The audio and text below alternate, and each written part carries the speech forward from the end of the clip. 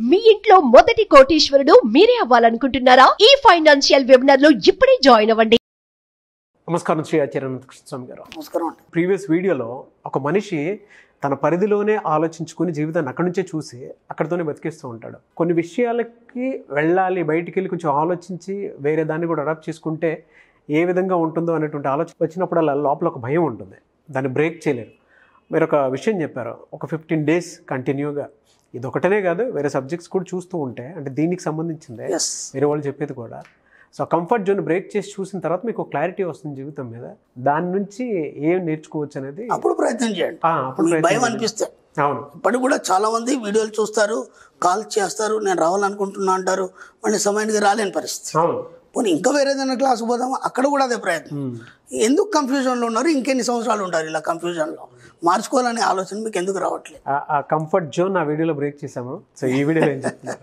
ఎలా ఉంటుందంటే, అప్పుడు మీరు ఒక బిజినెస్ చేయాలనుకున్నారు, ఒక వ్యాపారం చేయాలనుకున్నప్పుడు ఏం చేస్తారంటే, ప్రశాంతంగా కూర్చొని రాత్రి భోజనాలు అవన్నీ అయిపోయిన తర్వాత మీ భార్యతో చర్చిస్తారు. నేను ఇప్పుడు కొత్తగా బిజినెస్ చేయాలనుకున్నాను, దీని విషయంలో మరి నేను ఇలా డబ్బు తేవాలనుకున్నాను, మన దగ్గర కొద్ది ఉంది, ఇంకా కొద్దిగా నేను అప్పు తేవాలనుకున్నాను, అది తెచ్చేసి పలానా బిజినెస్ చేయదలుచుకున్నాను. ఎందుకంటే ఈ చేసేది నేను జాబ్ ఏదైతుందో ఇన్కమ్ సరిపోవట్లేదు, కాబట్టి ఇంకా కొత్తగా ఏదైనా చేయాలనుకున్నప్పుడు పాపం ఆమె వంటింట్లో పని చేసుకుంటుంది, పిల్లల్ని చూసుకుంటుంది, ఆ బాధ్యత తప్ప ఇంకేం తెలియదు ఆమెకి. కానీ భర్త ఏదో చేస్తున్నాడని చెప్పేసి ఆమె ఏదో సలహా ఇస్తుంది. ఓకే, ఆ తర్వాత మీరు ఏం చేస్తారంటే, మళ్ళీ ఒక ఫ్రెండ్ దగ్గర వెళ్ళేసి, బాగా క్లోజ్ ఉన్న ఫ్రెండ్ దగ్గర నేను ఇలా బిజినెస్ చేయాలని చెప్తారు. చెప్పగానే అతనికి అసలు ఆ బిజినెస్ గురించి ఐడియా లేదు. ఇప్పుడు మీకే ఆ బిజినెస్ కొత్తగా, ఆ ఫ్రెండ్కి ఆ బిజినెస్ గురించి ఐడియా లేదు, కానీ అతను ఏవో సలహాలు ఇస్తాడు. ఆ తర్వాత ఏం చేస్తారంటే, ఒక బిజినెస్కు సంబంధించిన ఒక వ్యక్తి దగ్గరికి వెళ్తారు. అంటే మీ పరిధిలో ఉన్నటువంటి ఆ బిజినెస్ సంబంధించి ఒక వ్యక్తి దగ్గరికి వెళ్ళి ఆ వ్యక్తిని అడగడం జరుగుతుంది. ఆ వ్యక్తిని అడిగినప్పుడు ఏమంటాడంటే, ఏముంది బిజినెస్ మొత్తం కాంపిటీషన్ ఎక్కువైపోయింది, చాలామంది పెట్టారు, ఇలా లాస్ ఉంది, ఇంత ప్రాఫిట్ లేదు, ఇంత ఉంది బోలెడ్ ప్రాఫిట్ ఉండేది. ఇవన్నీ చెప్పినప్పుడు మీకు ఏమనిపిస్తుంది అంటే, ఇది పెట్టిన తర్వాత సక్సెస్ అవుతామా, ఫెయిల్ అవుతామా? ఓకే, ఇప్పుడు ఏమవుతుందంటే, మొదటిసారి మీరు అనుకున్నప్పుడు ఉన్న ఉత్సాహం మెల్లిగా నీరు కారిపోవడం జరిగింది. మీరు ఒక్క విషయం ఆలోచించండి. ఇప్పుడు ఎవరైతే వ్యాపారస్తుడికి అడిగారో మీ సర్కిల్లో దానికి సంబంధించి, ఒక 20 సంవత్సరాల నుంచి అదే బిజినెస్లో ఉన్నాడు ఆయన.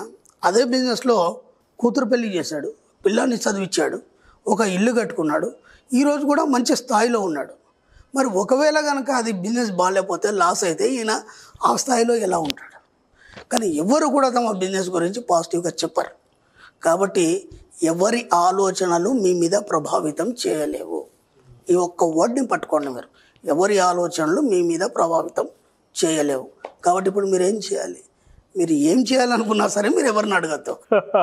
ఒక కొత్త పని మొదలు పెడుతున్నాం, మీ ఇన్నర్ మైండ్ అడగండి. మీ ఇన్నర్ మైండ్ ఏదైతుందో అదేం చేస్తుందంటే, మీకు కొత్త అవకాశాల వైపు ప్రయాణం చేస్తుంది. 2, గొప్ప అవకాశాలని కల్పిస్తుంది. 3, కొత్త దారులు చూపిస్తుంది. మిమ్మల్ని ఎంత వీలైతే అంత అభివృద్ధి వైపు ప్రయాణం చేయిస్తుంది. కాబట్టి ఇది సరిపోతుంది మనకి ఈ విషయం తెలియక ఏం చేస్తామంటే, ప్రతి వాళ్ళు సలహాలు తీసుకుంటాం. మన సబ్జెక్ట్లో మనం ఏం చేయాలనుకున్నా సరే మనం ఎవరి సలహాలు తీసుకోవద్దు. ఎవరి సలహాలు మన మీద ప్రభావితం చూడకుండా మనం అసలు జోలికి పోవద్దు, వాటి గురించి ఆలోచించద్దు.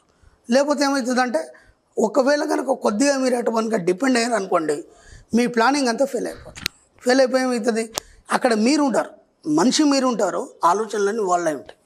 కాబట్టి మీరు ఏం చేయాలనుకున్నా సరే, ఈ ప్రపంచంలో ఏ కొత్త పని చేయాలనుకున్నా సరే, లేదా ఒక వ్యాపారం కావచ్చు, లేకపోతే ఒక కంపెనీ కావచ్చు, ఏదైనా కావచ్చు, మీరు సొంతంగా ప్రారంభించండి, ఎవరికి చెప్పకండి. ఓకే, మన దగ్గర క్లాసులకు వచ్చిన వాళ్ళు చాలామంది ఉన్నారు, సబ్జెక్ట్ అవగతమైంది వాళ్ళకి, వాళ్ళు ఈరోజు మంచి స్థాయిలో ఉన్నారు. ఎందుకు? వాళ్ళు ఎవరిని ఏం అడగలేదు, ఇంట్లో కూడా చెప్పలేదు. ఎందుకంటే ఇప్పుడు ఆ బిజినెస్ గురించి మీకు ఐడియా లేదు, ఎవరిని అడిగితే ఏదో చెప్తాడు, దానివల్ల ఏమవుతుంది, అది డిస్టర్బెన్స్ అనేది జరుగుతుంది.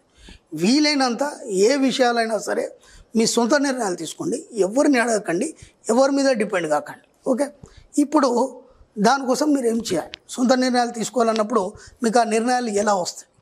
జస్ట్ మీరు మెడిటేషన్ అనేది నేను చెప్పాను, నైట్ 10:30 లేదా మార్నింగ్ 4:30కి ఎందుకు చేయాలి, 10:30కి ఎందుకు చేయాలి అనే విషయాలు కూడా మనం క్లాస్లో చెప్పుకున్నాం. అంటే వేరే టైం మనం ఫిక్స్ చేసుకోవచ్చు, ఆ సమయంలోనే ఎందుకు చేయాలి, దానికి కొన్ని ప్రత్యేక కారణాలు మనం చెప్పుకున్నాం. ఇప్పుడు ఏం చేస్తారంటే మీ బిజినెస్ ఏదైతుందో ముందు ఒక ప్లాన్ వేసుకోండి. ఆ బిజినెస్కి ఏమేమి చేయాలి, ఎంత అమౌంట్ వస్తుంది, దానికి ఖర్చు ఎంత వస్తుంది, వీటన్నిటి బేరేజ్ వేసుకుని ఒక పేపర్ మీద పెట్టుకోండి. పేపర్ మీద పెట్టుకొని చివరిలో ఒక వర్డ్ రాయండి.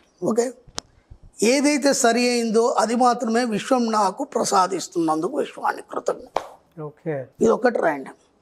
రాసేసి ఏదైతే డిజైన్ ఉందో మీరు అనుకున్నారో ఆ డిజైన్ అంతా ఒక్కసారి మీ సబ్కాన్షియస్ మైండ్కి ఇచ్చి మెడిటేషన్లో ఆ డిజైన్ని ఒక 5 నిమిషాలు గమనించండి. మీరు ఇచ్చినటువంటి ఏదైతే మీకు ఉంటుందో మీరు ఏమేమి అనుకుంటున్నారో అదంతా ఒక్క 5 నిమిషాలు దాన్ని మైండ్లో తలుచుకొని మెడిటేషన్లో కూర్చున్న తర్వాత తలుచుకొని హాయిగా పడుకోండి. ఓకే, తెల్లారు లేవగానే మీరు చేయాలన్నా వద్దా అనేది మీకు మైండ్ చెప్తుంది, మీ ఇన్నర్ మైండ్ చెప్తుంది.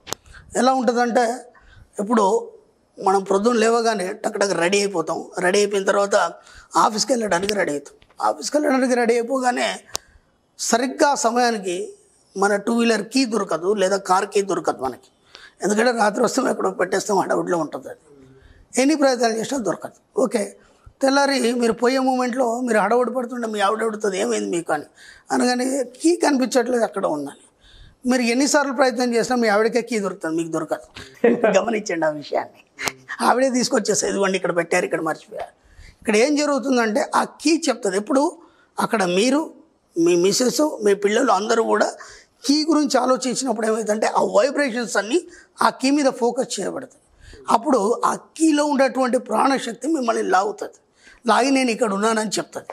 ఎక్కువగా దానికి కనెక్ట్ అయి ఉండేది మీ ఆవిడే కాబట్టి ఆమెకే దొరుకుతుంది. అది మీకు అది ఆలోచన ఉండదు. అలా మీకు కావాల్సిన ప్రాజెక్ట్ ఏదైతుందో, బ్లూ ప్రింట్ ఏదైతుందో దాన్ని మీ సబ్కాన్షియస్ మైండ్కి ఇవ్వడం ద్వారా యాజ్ ఇట్ ఈస్గా మీకు ఏమేమి కావాలి, అది ఎంతవరకు సరైంది, ఎంతవరకు కరెక్ట్ కాదు అనే విషయం మీకే అవగతం అవుతుంది. కరెక్ట్ అనిపిస్తే దాన్ని ఫాలో అయిపోండి, కాదనుకుంటే వదిలిపెట్టేయండి, ఇంకో కొత్త ప్లాన్ తీసుకోండి. దాంట్లో తప్పేం లేదు కదా. చాలామందికి ఆ కన్ఫ్యూషన్ ఉండటం వల్లే ఎక్కడి నుంచి ఎక్కడికో వెళ్తూ ఉంటుంది. కాబట్టి ఎంత వీలైతే అంత ఎవరిని ఏమి అడగకండి. మీరేం చేయాలనుకున్నారు యాజ్ ఈజీగా చేయండి. నేను 100 సార్లు చెప్పాను, మీకేం తినాలనిపిస్తే అది తినేయండి. ఓకే, ఏం చేయాలనిపిస్తే అది చేసేయండి. ఇక్కడ 2 కండిషన్లు ఉన్నాయి మనకి. ఒకటి ప్రకృతికి ఇబ్బంది పెట్టద్దు, 2 పక్కవాడికి ఇబ్బంది పెట్టద్దు. మీకు ఏం చేస్తే చేయండి, ఎవరికి చెప్పకండి.